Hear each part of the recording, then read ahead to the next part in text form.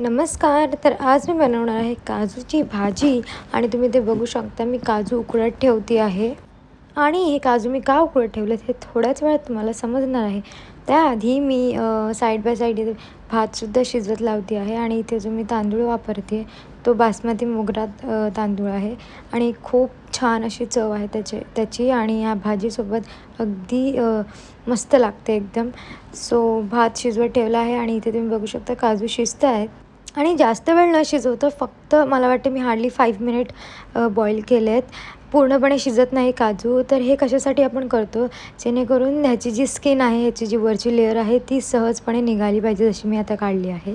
त्यानंतर मी इथे तेल घेतलेलं आहे. त्यात तुम्हाला अख्खे मसाले टाकायचे आहेत. तेजपत्ता, काली मिरी, जिरं, त्यानंतर दालचिनी वगैरे या सगळ्या गोष्टी टाकायच्या आहेत. त्यात बारीक चिरलेला कांदा टाकायचा आहे.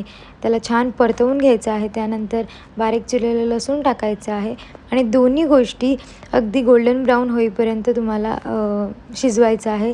त्यात बारीक चिरलेला टोमॅटो टाकायचा आहे आणि ते सुद्धा 2 मिनटं शिजवून घ्यायचं आहे. त्यात मी सगळे मसाले टाकते आहे आणि छान परतवून घ्यायचं आहे आणि छान प्रकारे सगळे मसाले शिजले पाहिजे इथपर्यंत तुम्ही शिजवा 2 मिनटं. त्यानंतर इथे मी कोमट पाणी टाकते, थंड किंवा नॉर्मल पाणी न टाकता, आणि ते सुद्धा मिश्रण शिजवून घ्यायचं आहे आणि थोडंसं मीठ टाकायचं आहे.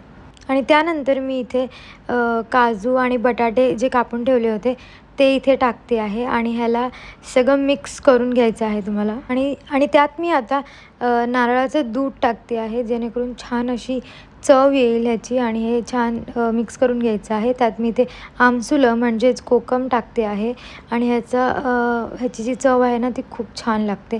त्यानंतर शिजवून द्यायचं आहे 20 मिनटं आणि शिजून झाल्यानंतर तुम्हाला कोथिंबीर टाकायची आहे वरून. आणि अशा प्रकारे आपली जी काजूची भाजी आहे माझ्या पद्धतीने ती रेडी झालेली आहे आणि भातासोबत सर्व करायची आहे.